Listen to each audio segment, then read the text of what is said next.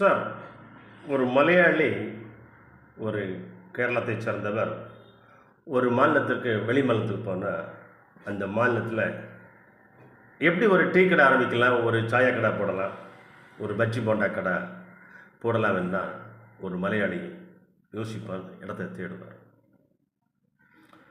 ஒரு கர்நாடகத்தைச் சேர்ந்தவர் ஒரு கன்னடத்தர்காரர் ஒரு மாநிலம் சென்றார்.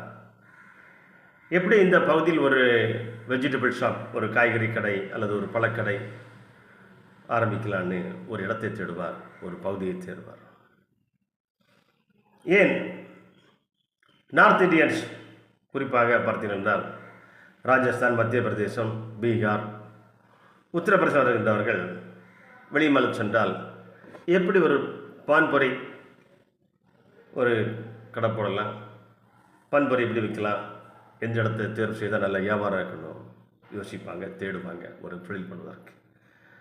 ஆனால் தமிழகத்தை சேர்ந்தவர்கள் தமிழர்கள் ஒரு மாநிலத்துக்கு சொன்னால் என்ன தேடுறாங்க தெரியுமா சார்?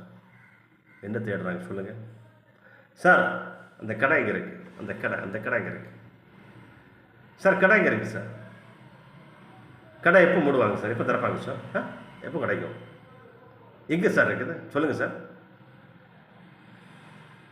ஒரு மலையாளி ஒரு ஸ்டேட்டுக்கு போனால் ஒரு சாயா கடை எப்படி நடத்துவது என்று இடத்தை தேடுகிறார்.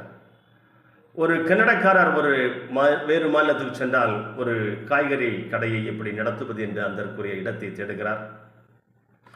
ஒரு வட இந்தியாவை சேர்ந்த நபர் யாராவது வந்தால் எப்படி பான்பொரி விற்கலாம், எங்கு விற்கலாம் என்று ஒரு இடத்தை தேடுகின்ற காலகட்டத்தில் தமிழகத்தில் உள்ள தமிழன் மட்டும்தான் ஒரு இடத்திற்கு சென்றால் எங்கு எது கிடைக்கும், எங்கு இருக்கிறது என்று தேடுகின்ற அளவுக்கு வந்திருக்கிறது என்றால் அது என்ன காரணம்?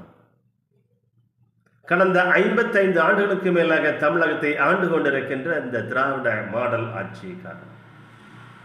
இந்த திராவிட மாடல் ஆட்சியை தான் ஒவ்வொரு தமிழனையும் மற்ற மாநிலங்கள் செல்லும்போது அந்த கடையை தேடுகிறது, அந்த டாஸ்மார்க்கை தேடுகிறது, அந்த ஒயின் ஷாப்பை தேடுகிறது, அந்த கள்ளுக்கடையை தேடுகிறது. இதற்கு மூல காரணம் இந்த திராவிட மாடல் ஆட்சி. மாற்றுவோம், மாற்றி காண்பிப்போம். பாஜக தமிழ்நாட்டில் ஆட்சிக்கு வரும்போது, கே அண்ணாமலை IPS அவர்கள் தமிழகத்தினுடைய முதலமைச்சராக வரும்போது மாற்றி காமிப்போம். தமிழகத்தையும் 2026 மாற்றி காமிப்போம்.